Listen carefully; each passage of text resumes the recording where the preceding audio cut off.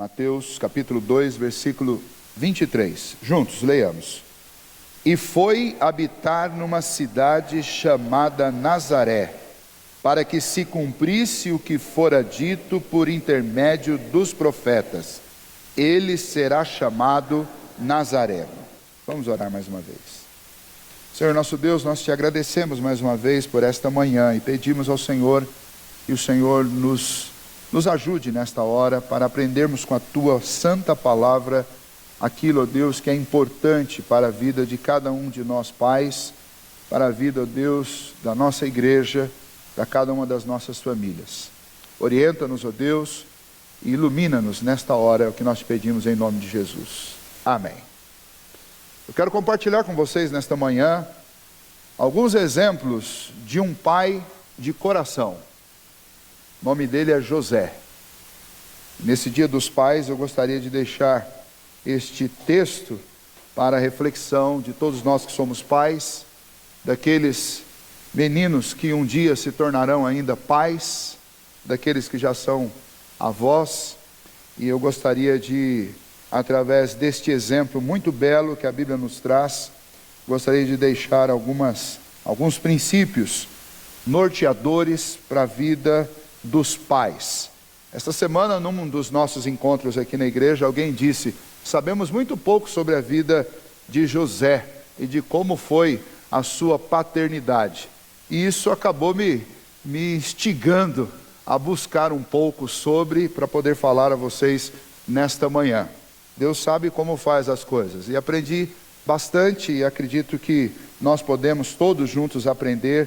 Estes são personagens da Bíblia, e por mais conhecidos que sejam, às vezes eles passam desapercebidos por nós, e nós não aprendemos o que deveríamos ter aprendido com eles.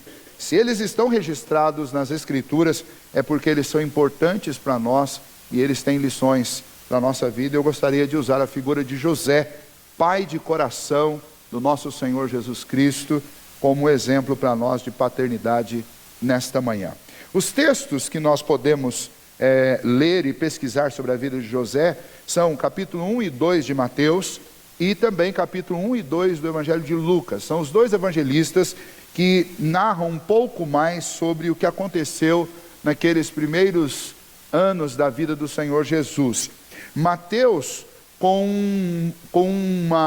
um foco muito importante, nós estamos inclusive meditando sobre este evangelho aos domingos à noite. Mateus tem sempre o objetivo de mostrar aos judeus que tudo que aconteceu na vida de Jesus é cumprimento de uma profecia do Antigo Testamento.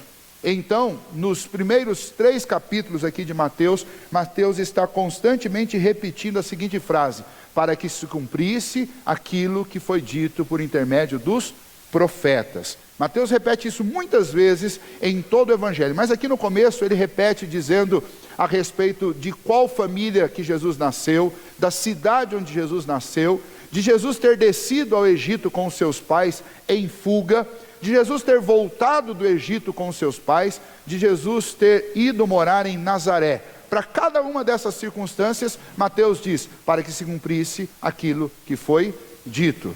Já Lucas não tem este objetivo específico, mas Lucas é um historiador e ele quer contar os lugares por onde Jesus passou, e ele tem um foco muito importante na maneira como Jesus foi criado. E então Lucas vai se ater não ao fato de José e Maria, junto com Jesus, terem descido para o Egito, mas Lucas vai se ater ao fato de que, ao 8º dia depois do nascimento de Jesus, José e Maria o levaram ao templo para ele ser circuncidado. Depois Lucas vai mencionar que na adolescência, nas muitas vezes que José e Maria subiam para Jerusalém, para adorar em Jerusalém, eles levavam Jesus, e numa dessas vezes Jesus ficou conversando com os mestres, e os seus pais não sabiam onde ele estava. E então Lucas tem um enfoque muito importante em mostrar esta responsabilidade com as questões da fé que existia na vida daquela família. Juntando estes dois evangelistas e o que eles nos ensinam, nós podemos aprender pelo menos 3 lições. São mais, mas eu gostaria de restringir essas 3 que nós podemos aprender com esta paternidade de José. Em primeiro lugar, José é para nós um exemplo de obediência, de um pai que ensina os seus filhos a obedecer a Deus. José é um grande exemplo de obediência para nós. Embora nós saibamos tão pouco sobre a vida dele, exceto o fato do nascimento de Jesus e dele ter sido escolhido por Deus para ser seu pai, mas neste evento nós aprendemos muito sobre José. Quando nós lemos Mateus, no capítulo 1, do versículo 18 ao versículo 25, nós temos José dentro de uma situação muito desconfortável. José estava noivo de Maria, e o noivado na Palestina não é como o noivado aqui. O noivado no nosso país, ele não é um compromisso como era um compromisso lá na Palestina naqueles dias. O noivado já era um casamento, com uma única diferença. Eles não se conheciam intimamente e não moravam na mesma casa. Mas o compromisso já era compromisso de casamento. Se quisesse sair de um noivado, era necessário reunir os anciãos e era necessário ter um motivo justo, porque era considerado um divórcio já. Então era muito difícil essa relação, era uma relação séria, era uma relação comprometida, e não era uma relação fácil de ser desatada como é hoje em dia. Hoje em dia as pessoas ficam noivas e desfazem o noivado sem nenhum tipo de cerimônia, mas naquela época não. E então José tem uma situação extremamente desconfortável. A sua noiva, Maria, virgem, de repente está grávida. Mas José não mora na mesma casa com ela, mas José não teve nenhum relacionamento com ela, e ele descobre que a sua noiva está grávida. E então ele toma uma decisão difícil. A decisão que ele tinha tomado no seu coração era de abandoná-la. Ele ficaria com a culpa, para não infamar a sua noiva. Mas essa decisão não era a decisão que Deus queria que ele tomasse. E então, nós lemos a partir do versículo 20 do capítulo 1, que quando ele pega no sono numa noite, um anjo do Senhor vem e fala com José, e diz para José que ele não deveria temer receber Maria como sua esposa, porque Maria não havia traído, porque o que estava sendo gerado em Maria era a obra do Espírito Santo. No versículo 21, o anjo diz: ela dará à luz um filho e lhe porás o nome Jesus, porque ele salvará o seu povo dos seus pecados. É obra divina, é a obra da redenção. Tudo isso aconteceu para que se cumprisse o que fora dito pelo Senhor, diz Mateus aqui no seu registro. Eis que uma virgem conceberá e dará à luz um filho. José sabia dessa promessa, e agora então ele descobre que ele e a sua noiva foram agraciados por Deus com este privilégio. E o versículo 24 diz que, despertado José do sono, fez como lhe ordenara o anjo do Senhor e recebeu sua mulher, contudo não a conheceu intimamente, até que ela desse à luz a um filho. José é um homem obediente. Deus fala com José e José obedece. E não só obediente num fato extraordinário como ele ter visto o anjo e o anjo ter falado com ele. Ele é obediente em outros pontos, em outros aspectos da vida.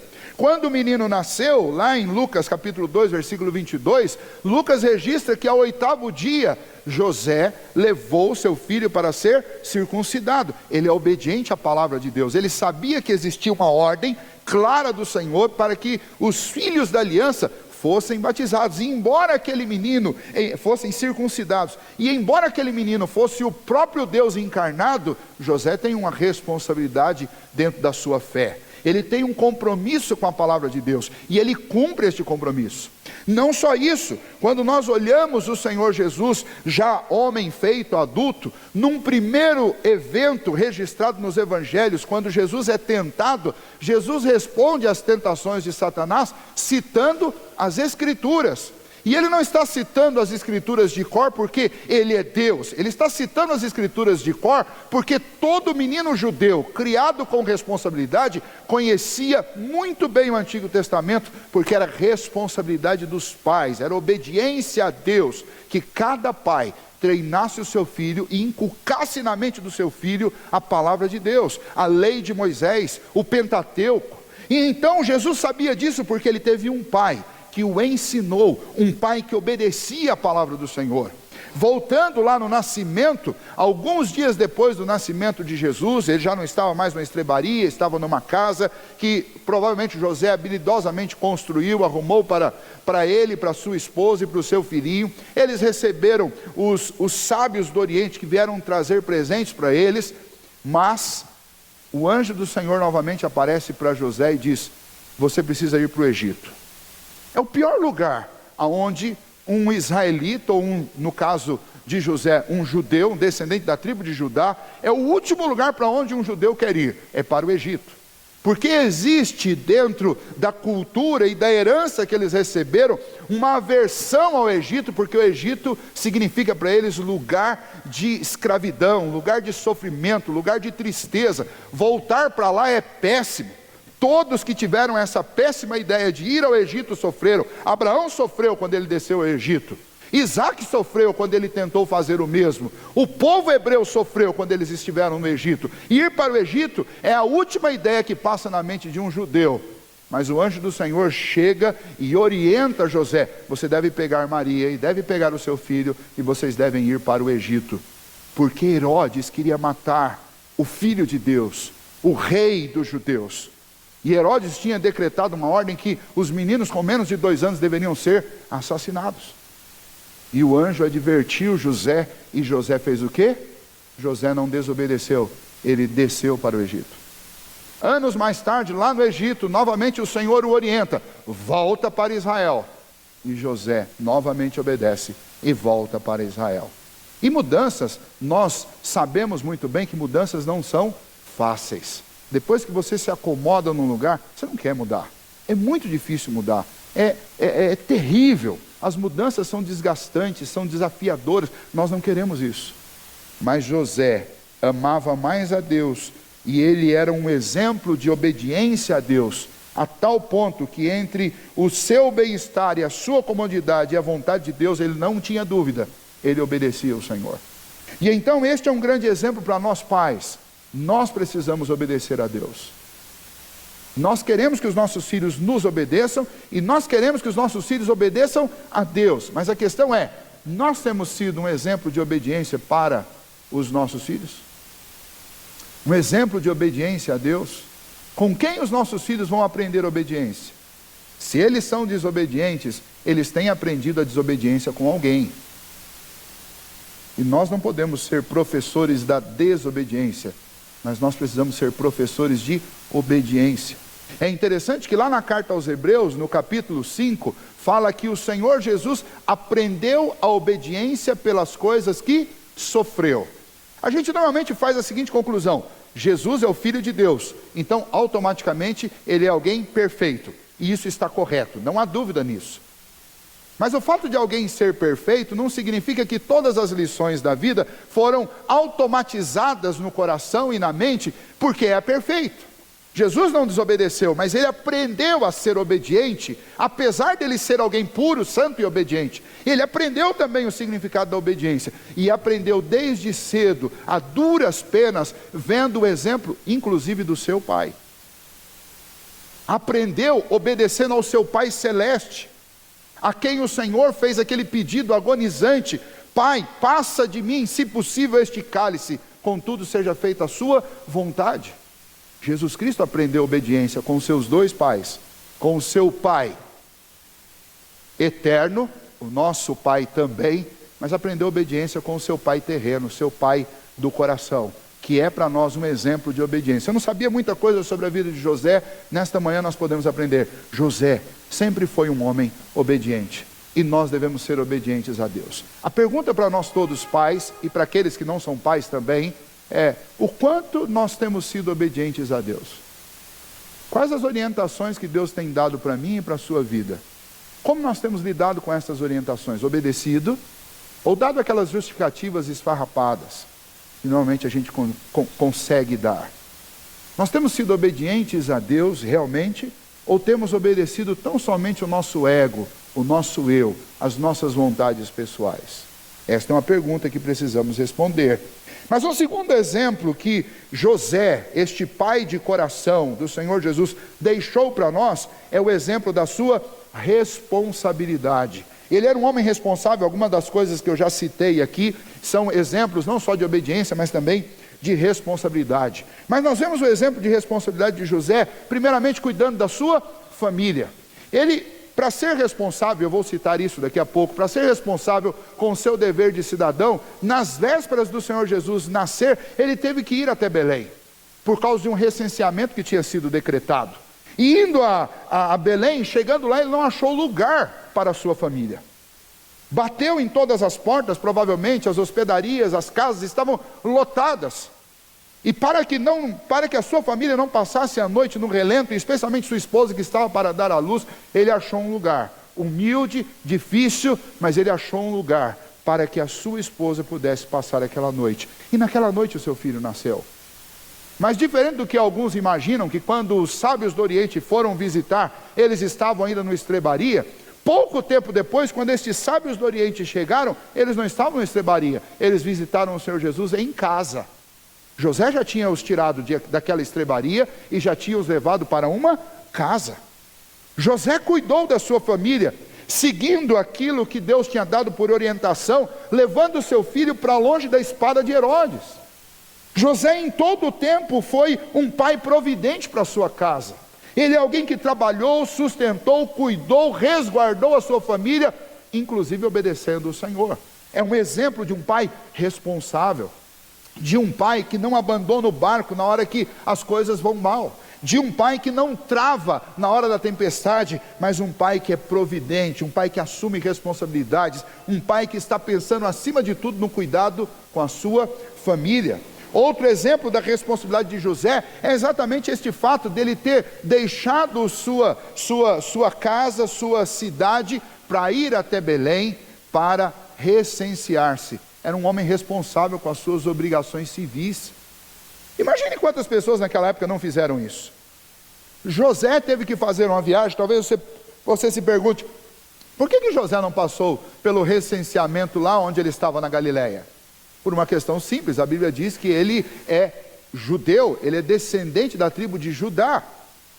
E então era um judeu que estava vivendo entre os israelitas. Lembra que a nação está dividida, lá do sul é a região de Judá e lá do norte a região de Israel. Lá do norte é também chamado de Galileia, lá do sul é chamado de Judeia. José não estava vivendo na Judeia, estava vivendo na Galileia. A pergunta é, por que ele estava lá?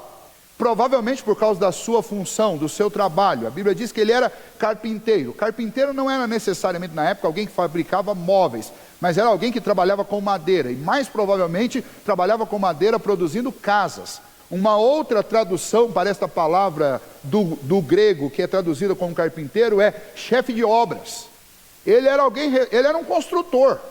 Só que a região da Judéia é uma região extremamente árida, com pouca chuva, e o último lugar onde você vai encontrar florestas. É muito mais a incidência de chuvas e, portanto, de mato, de floresta, de madeira, principalmente madeira nobre, é na Galileia e não na Judéia. Então, provavelmente, o pai de José já havia levado-o para lá, para que eles pudessem trabalhar nessa região, porque provavelmente José tem aprendido também a carpintaria com o seu pai, como ele fez com Jesus, ensinando o seu filho. E então eles moravam na Galileia, porque essa era a região de onde vinha madeira, de onde vinha aquilo que era necessário para construir, inclusive em Judá. Diferente dos nossos dias, que você vai numa serraria, compra ou encomenda e chega na porta da sua casa, naquela época não era assim. Então, José teve que vir para Belém, de Judá, para a região da Judéia, para recensear-se, porque ele estava morando num outro lado daquela região da Palestina, e ele não podia recensear-se em Israel, na região da Galileia, ele tinha que recensear-se na região da Judéia. Por isso ele tem que fazer essa viagem.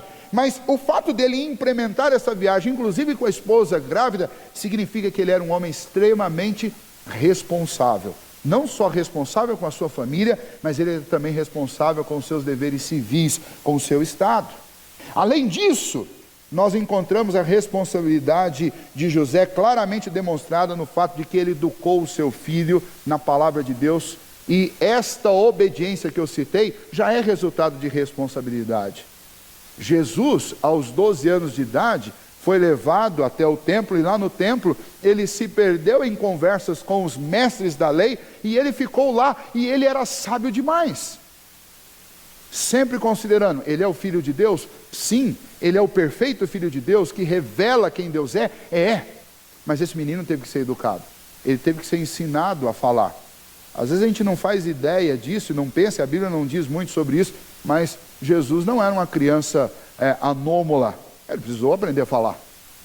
Ele precisou aprender, como todas as outras crianças, porque a Bíblia diz que ele era verdadeiramente homem, como todos nós, um legítimo representante da raça humana. Então ele passou por todos os estágios da vida que nós passamos. Nós precisamos aprender a andar, precisamos aprender a falar, e quando começamos a falar, precisamos aprender aquilo que devemos falar. Precisamos ser educados, precisamos ser alfabetizados. Quem fez tudo isso? José. E como é que eu tenho certeza disso? Porque na cultura dos judeus não é a mãe que é responsável por ensinar o filho o alfabeto, os números, a falar, a ler. Este compromisso é um compromisso dos pais. E José foi um pai responsável. Haja vista a sabedoria do seu filho aos 12 anos, a inteligência e o conhecimento que ele tinha, que deixou inclusive embasbacado os sábios que estavam lá no templo e não encontravam tanta sabedoria em nenhum outro lugar, mas encontraram em Jesus. E então este é um exemplo de grande responsabilidade, exemplo para nós pais. Alguns anos atrás, nós fizemos um estudo aqui sobre a síndrome do Peter Pan, falando para os homens.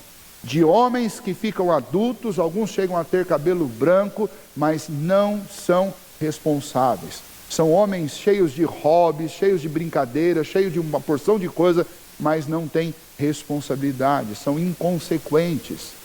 Não cuidam bem das suas famílias, porque sempre quiseram ser cuidados e continuam querendo.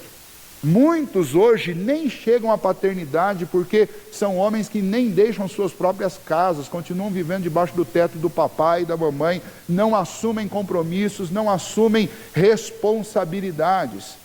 José para nós é um exemplo de um homem que assume responsabilidades, de um pai responsável. É o tipo de pai que todos nós devemos ser, é o tipo de pai que qualquer filho deseja e almeja, um pai que não abandona o barco, um pai que não abandona a família, um pai que não abre mão de cuidar dos seus filhos, que não abre mão de obedecer a palavra de Deus, que não abre mão dos seus compromissos, um pai que não foge daquilo que é sua responsabilidade. E nós pais precisamos disso. Nós pais, muito mais do que uma busca cega e louca pela felicidade, como o mundo tem ensinado, inclusive para homens, nós precisamos ser responsáveis. Algum tempo atrás, vocês devem ter assistido na televisão, passou uma matéria sobre a vaidade dos homens, mostrando que hoje a frequência dos homens em centros de estética é muito grande. Os homens querem uma pele macia, os homens querem um cabelo sedoso, os homens querem estar bonitos, querem estar belos. E você fica assistindo aquilo e fica se perguntando, mas os homens querem fazer o papel de homem? Mas os homens querem ser pais? E a matéria respondia, poucos hoje querem ser pais. A maioria quer ter um corpo perfeito, quer ser um homem perfeito, quer ser aquele estereotipo de alguém bem-sucedido, com muito dinheiro, com beleza, com uma porção de coisa, mas sem família. E se tem esposa, sem filhos. Não porque não podem, porque alguns não podem, mas por opção, o que é triste. Isso sim é triste. E então estes pais são no mínimo homens, ou estes homens são no mínimo pessoas irresponsáveis. São irresponsáveis diante de Deus, porque Deus nos deu uma ordem a respeito de estabelecer família e de ter filhos. Quando nós não os temos porque Deus não nos dá, é uma coisa, isso pertence a Deus. Mas quando nós não os temos por uma opção nossa, isso é desobediência. E não só isso, quando nós temos filhos, mas abandonamos a família, isso é irresponsabilidade. Durante essa semana eu falei várias coisas sobre isso aqui na igreja, e eu quero repetir uma delas, eu citando na quarta e na quinta-feira, como que um pai poderia presentear a vida do seu filho. Por 2 ocasiões eu citei isso e quero citar pela terceira nesta manhã. O melhor presente que um pai pode dar para o seu filho é encaminhá-lo até Jesus, este é o maior. O segundo maior presente que um pai pode dar para o seu filho é amar a mãe deles e cuidar deles, da mãe e dos filhos. Porque a maior tristeza que pode acontecer para o coração de um filho é o pai ferir o coração da mãe. E então, pais, homens responsáveis, sabem que não podem sacrificar a sua família, a felicidade dos seus filhos e a felicidade da sua esposa no altar egoísta da busca da felicidade do seu próprio coração. Porque se um homem não consegue ser feliz com a sua esposa e com os seus filhos, ele não vai ser feliz com mais nada nessa vida. Mas a gente tem programas e mais programas televisivos e gente insistindo constantemente que todo mundo precisa buscar a sua felicidade pessoal. E se tiver que largar esposa, filhos, trabalho, qualquer coisa por isso, as pessoas são incentivadas nessa nossa cultura depravada e distorcida a fazerem isso. E eu apelo a vocês que estão aqui nesta igreja nesta manhã, que jamais cogitem essa ideia. Porque pais responsáveis, eles abrem mão até da própria felicidade para poder cuidar dos seus filhos e para cuidar da sua esposa. Porque Deus nos chamou para um ministério altíssimo, que é o ministério de sermos um exemplo da paternidade de Deus. Você imagina o que você ensina para o seu filho quando você abandona a sua casa? No dia que o seu filho ouvir falar que Deus é pai, sabe o que ele vai pensar de Deus? Ele vai falar, se meu pai humano fraco me abandonou, quanto mais esse daí que é onipotente. Percebe o quanto que as nossas ações como pais podem prejudicar o relacionamento dos nossos filhos com Deus? Mas eu quero dizer aqui para vocês que estão aqui, talvez para vocês que são filhos que não tenham bons exemplos em casa, eu quero dizer para você que nós pais humanos temos desvios, fraquezas, e ainda que um pai humano abandone os seus filhos, eu quero que você guarde no seu coração, o nosso Pai Celeste jamais abandona os seus filhos. A Bíblia diz que ainda que uma mãe abandone os seus filhos, o Senhor, o nosso Pai Celeste, jamais os abandonará. E quando nós pais pagamos o preço que for necessário para ficar ao lado dos nossos filhos, nós estamos dando um bom exemplo da paternidade celeste. E isso é responsabilidade com Deus e é responsabilidade com a família. E nós pais precisamos ser esse exemplo de responsabilidade. Por último, José é um exemplo para nós também de renúncia. Por que é um exemplo de renúncia? Alguma coisa muito interessante foi essa escolha para ir habitar em Nazaré. Quando eles voltaram do Egito, provavelmente Jesus já estava com 3 anos de idade. Esse é o tempo estimado que José tenha passado com a sua família no Egito, 2 anos. Eles desceram para lá, Jesus deveria ter 1 ano de idade, e quando voltaram, Jesus deveria ter 3 anos de idade. Isso, a maioria dos comentaristas vão por esse caminho, nós vamos também aqui. Aos 3 anos de idade, Jesus vem com seus pais novamente para a Palestina, e aonde eles vão morar? Eles vão morar em Nazaré. O que era Nazaré? Nazaré era um vilarejo menor do que a Nova Campina. Menor do que a Nova Campina. Menor do que Taquarivaí, Ribeirão Branco, esses lugares todos. Era bem pequenininho. Talvez alguma coisa parecida com o Caçador, para quem sabe o que eu estou falando. Um lugar bem pequenininho. Um lugar muito pobre. Agora eu pergunto para vocês, se você é um chefe de obra, um construtor, aonde você vai escolher para morar com a sua família? No Caçador? Ou você viria morar, por exemplo, em Itapeva? Porque tem condomínio surgindo aí o tempo inteiro. Ou melhor do que isso, vamos morar numa cidade como Sorocaba, onde existe uma expansão residencial imensa. Ou vamos morar em São Paulo, porque é um lugar onde as coisas estão acontecendo e existe trabalho para a construção civil infindável. Um homem preocupado com realização, com conforto, com dinheiro, com prosperidade, com adquirir patrimônio, com a função e com a profissão que José tinha, ele precisava ir, por uma questão de lógica, morar num grande centro. Talvez em Jerusalém, talvez em Samaria, ou procurasse até, para quem já viajou tanto, alguma cidade ali na Ásia Menor, Antioquia, Éfeso, alguma dessas cidades que estavam em franco desenvolvimento. Mas José pegou o seu filho e foi morar em Nazaré. Ele foi para lá por quê? Primeiro, porque ele estava obedecendo a palavra do Senhor, porque havia uma profecia dizendo que o Senhor Jesus seria chamado de um Nazareno. Segundo, ele foi para lá porque ele era responsável com a sua família, ele precisava colocar o seu filho num lugar onde o seu filho passasse desapercebido, porque as autoridades e os nobres, os monarcas de Israel queriam matá-lo. Em terceiro, ele foi para esse lugar porque ele era um homem capaz de renunciar o sucesso profissional e pessoal por amor à sua família. Porque ele era um homem que entendia que o sucesso profissional, financeiro, não compensa o fracasso familiar. Não compensa o risco da vida do seu filho. Não compensa a desobediência à palavra de Deus. Por isso José foi para Nazaré. Não tinha muito o que construir lá. Não tinha muito como se tornar um grande construtor e alguém muito próspero lá. Mas esse era o lugar onde Deus queria que ele vivesse.